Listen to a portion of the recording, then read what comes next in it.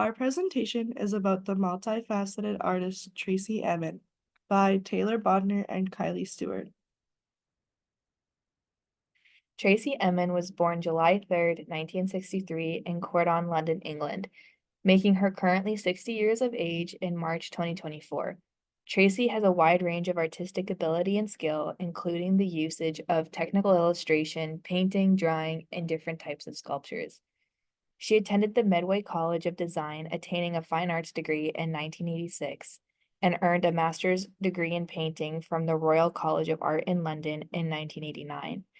Tracy has faced many traumas in her life, including violent sexual acts against her, a traumatic childhood, and facing abortion in her early adulthood.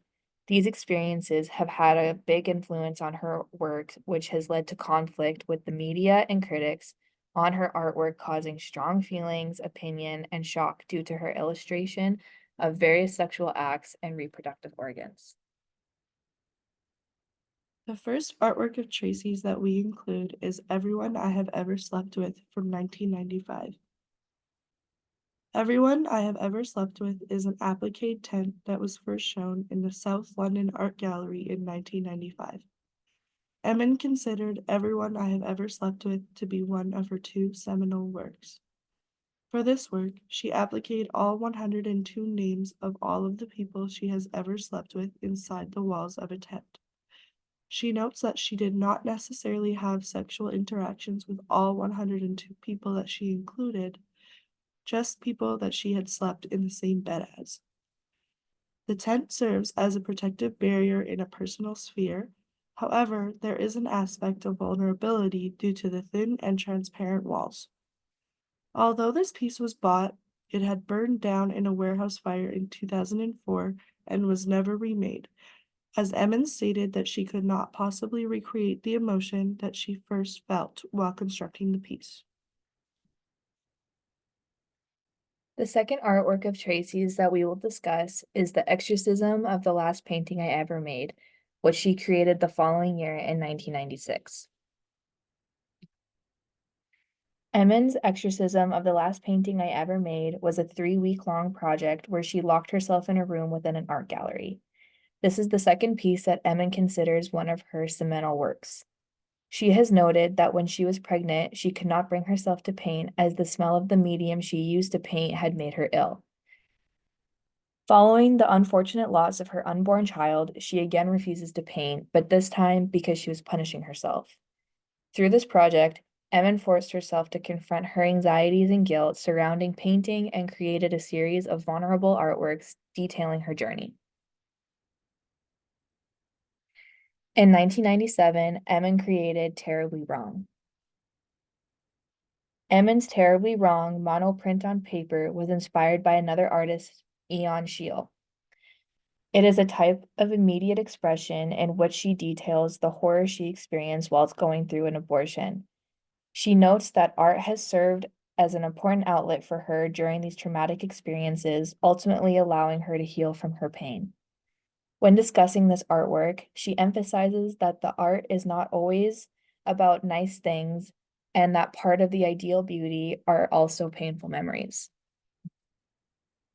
In 1998, Tracy created My Bed.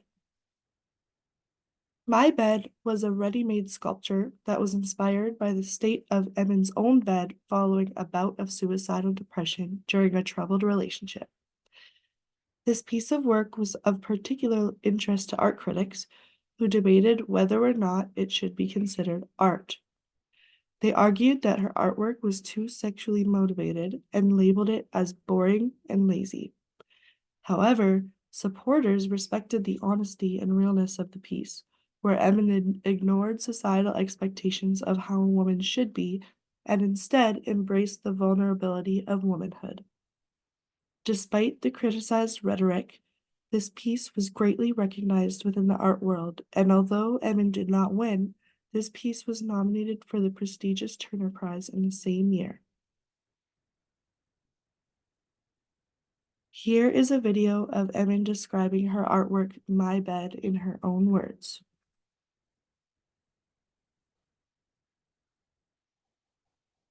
In 1998, I had a complete, absolute breakdown. And I spent 4 days in bed. I was asleep and semi-unconscious. When I eventually did get out of bed, had some water, went back, looked at the bedroom and couldn't believe what I could see, this absolute mess and decay of my life.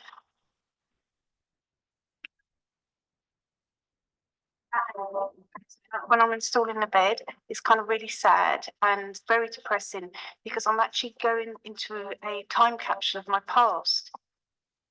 All of the things that are around the bed no longer relate to my life at all.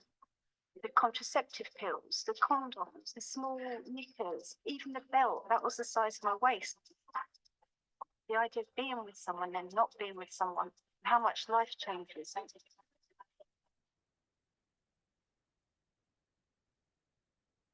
I want the viewer to walk into the room and immediately have a reaction towards the bed. It's not a viewing platform, it's an experience.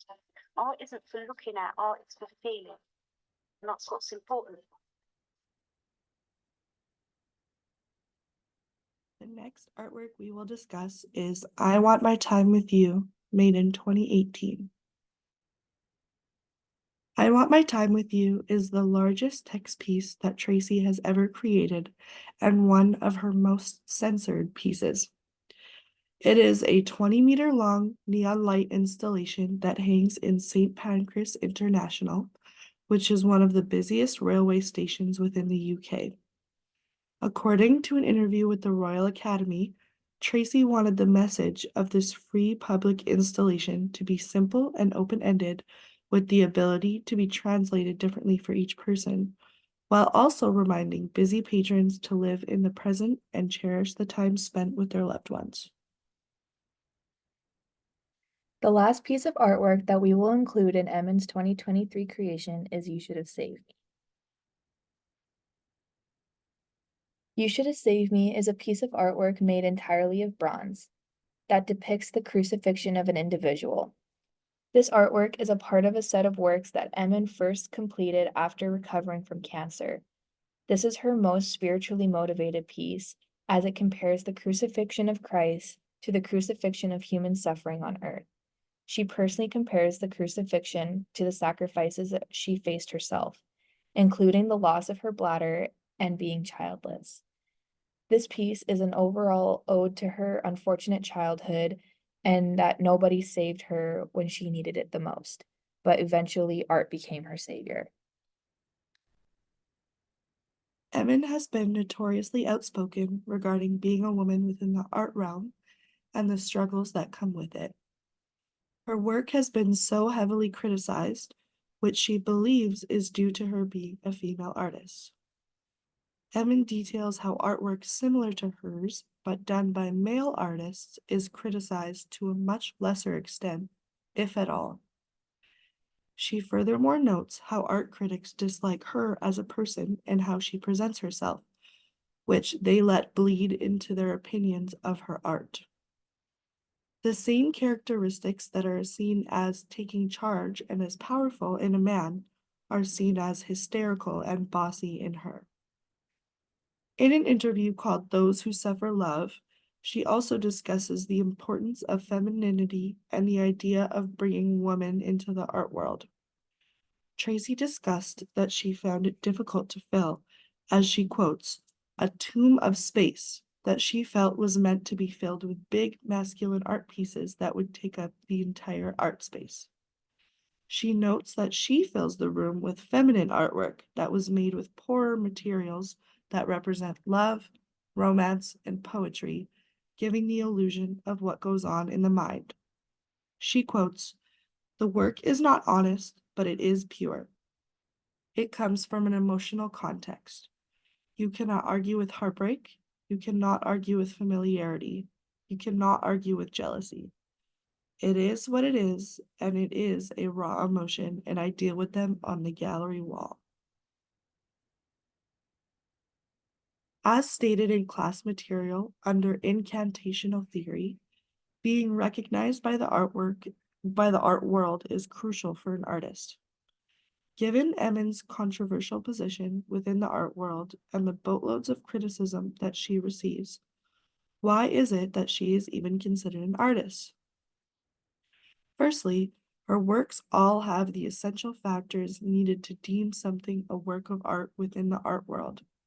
Each of them have her signature, a title, and the date of when it was created. Secondly, Emin's works of art are associated with discourse. They have been recognized by people established within the art world, including art critics, art historians, and art curators. Furthermore, these individuals within the art realm have also awarded and nominated Emin for various awards for her pieces. Next, after recognition of her works, several of them exist within various signifying fields, including art galleries, exhibitions, and publishments within magazines. Lastly, her artworks also include the aboutness factor. They refer to things other than the artwork itself, including love, femininity, and poetry. In summary, Tracy has had a difficult upbringing in many different aspects, showing her life struggles alongside what some would call a gory feminist point of view within her art. Tracy expresses a multitude of social issues that women witness and experience on a day-to-day basis. She explores topics like abandonment, motherhood, miscarriage, abortion, sexual acts, human anatomy, and the overall illustration of the cruel world that humans have created and live in today. To wrap up this presentation, we include this video where Tracy Emin discusses why she incorporates such vulnerability and shock value into her art.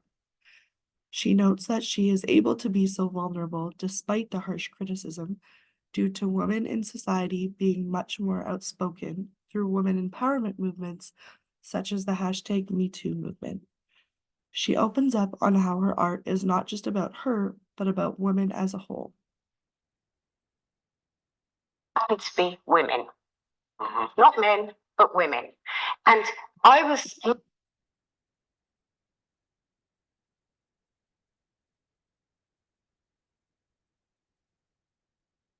in the society, within society now, whereas 20 years ago people didn't. And a lot of my work was not about me. It was about women like me. It was people of my class and background. It was people of mixed race like me. It was people who had suffered poverty as a child like me. It was people who had been raped like me. It was people who had had 2 abortions and one that went terribly, terribly wrong. It was people like me who had been sexually abused as a child. It was people like me who had been sexually, like, not abused, but I had loads of teenage sex when I was like a teenager, 13, 14, 15. And all of those people like me happened to be women. Not men, but women.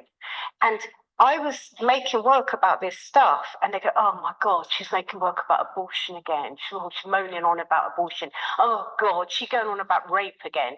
Yeah, too fucking right, I'm going on about rape, because a girl shouldn't be raped when she's 13.